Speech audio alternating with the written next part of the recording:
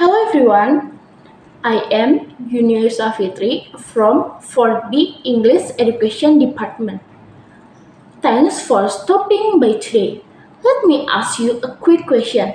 Have you ever felt like school is just about scores, deadline, and pressure?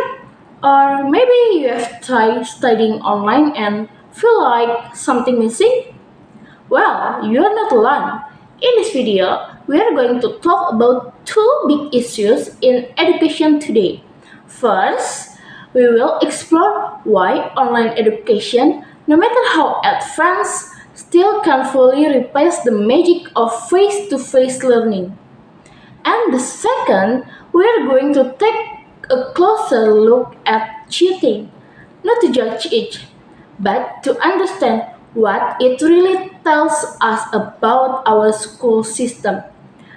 This isn't just for students, it's for teachers, parents, and anyone who cares about the future of learning. So, please attention. Alright, let's talk about online learning. Sure, it's easy. You can study from your bed, wear pajamas, and pause the lesson whenever you want. During the pandemic, online classes literally saved our education system. But here's the thing, can it really give us the same value as sitting in a real classroom? Think about it. In a real class, you are surrounded by people, you raise your hand, join discussion, laugh with your friend, maybe even mess up during a group project, but all those moments matter. That's where real learning happens. Let's break down why face-to-face learning still holds a special kind of power. Today, online learning has become a big part of our education system. Many students can now study from their home using just their phones or laptop. It's easy, flexible, and seems like a perfect option, especially during emergencies like the COVID-19 pandemic. But even with all those benefits, I still believe online education can never fully replace the experience and value of learning in a real classroom, face-to-face learning. First, face-to-face learning allows real-time interaction between students and teacher. In a classroom, students can immediately ask questions, get explanation, and join discussion without worrying about internet issues or delay. Teachers can see student face and body language and understand if someone is confused or need help, even if they don't speak up. This small but important detail help teachers guide students better. Students also feel more connected with their classmates.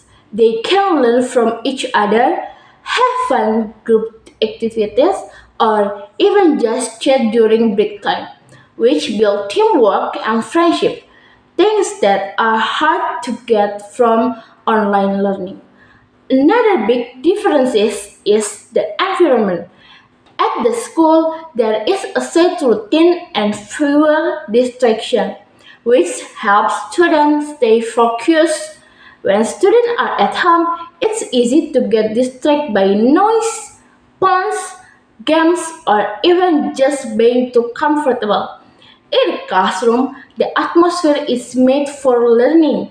There's a teachers to keep on track and the physical space like whiteboard, books, and lab tools that help students stay engaged. Also, many students find it hard to be motivated when they study alone online. Without a clear schedule, friends more around them, or a teacher presents, students might procrastinate, lose focus, or feel disconnected from the learning process. Lastly, there are many learning activities that just don't work well online. Subjects like science, art, music, and physical education require hands-on practice. Students need to do experience like draw, paint, play instrument or move their bodies, things that can't be done properly through a screen. In face-to-face learning, give students the full experience combining theory and practice. It also helps to build soft skills like confidence, responsibility, and communication. For younger students especially, face-to-face school play a huge role in shaping their social and emotional growth. Being around other people helps them to learn about, express themselves, solve problems together, and understand different perspectives. So, while online education is helpful and sometimes necessary, it still can't replace the full experience of face-to-face learning. A real classroom offers deeper connection, more focus, hand-on activities, and stronger emotional support. Learning is not just about information, it's about interaction, discipline, and human connection. And that's why face-to-face learning is still so important.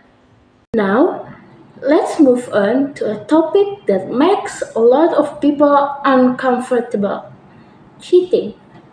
Most of the time, when someone cheats, people say, "That's wrong, the student is dishonest."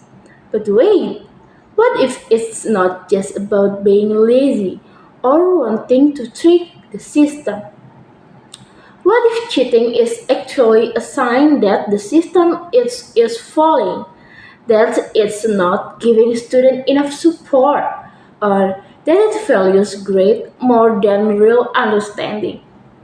In this part, we are going to go deeper. We will look beyond the behavior and ask, why do students cheat in the first place? When we talk about cheating in a school, most people quickly say it's wrong and blame the student. They think the students who cheat are lazy, dishonest, or just want to take shortcut. But if we look deeper, we will see that cheating isn't always just about bad behavior. It often shows that something in the education system is not working the way it should. Students don't just cheat because they are bad people. They often cheat because the system pushes them to. One big reason students cheat is because the system puts too much focus on grade. From a young age, students are told that their futures depend on test score and report card. School, parents, and even society treat high score are more important than understanding our progress. So instead of learning for the sake of knowledge, many students just try to survive the pressure. They often afraid to make mistake or fail. When the system only rewards the perfect result, students feel like cheating is the one only way to meet unrealistic expectations, especially when they feel they are falling behind. Another issue is the lack of support for different learning styles. Not every student learns the same way. Some students by reading, others by doing or listening. But the system often uses one method for everyone: lectures, exam, and memorization. If students can't keep up, they often don't get the help they need. When teachers are too busy or classes are too big, students may feel invisible. If they don't understand the material and are too scared or embarrassed to ask for help, they might choose to cheat just to get through it.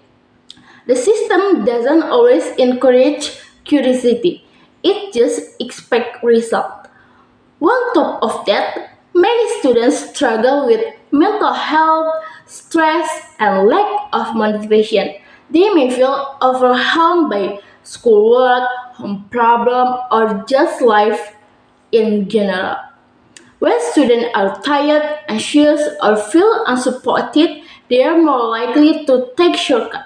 Cheating then become a coping mechanism, not because they want to lie, but because they feel like they have no another choice.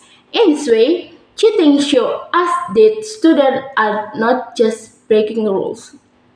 They are sending a message that they are under pressure and not getting the support they need from the system that's supposed to help them learn. In the end, cheating isn't just about a student make a bad decision. It's a sign that the education system needs to change. Instead of only blaming students, we should look at why they feel to need to cheat in the first place. If we fix the pressure, improve the cheating method, support different learning style, and take care of student mental health, we can create a healthier system where honesty and learning go hand in hand. So, after hearing all that, what do you think? Maybe it's time we look at education not just as a place to collect grades, but as a space to grow as human. A place where learning feels exciting, where failure isn't scary, and where students feel supported whenever online or face to face learning. If you're a student, remember your worth is more than your report card. If you're a teacher, your care and your attention mean more everything than you know. And if you're a parent, your support can change everything. Let's not settle for a system that only teaches us how to pass. Let's aim for one that teaches us how to think, how to care, and how to be better people. Thanks for watching and don't forget to share your thought in the comment below because education is everyone's business. Okay, that's all about the argument.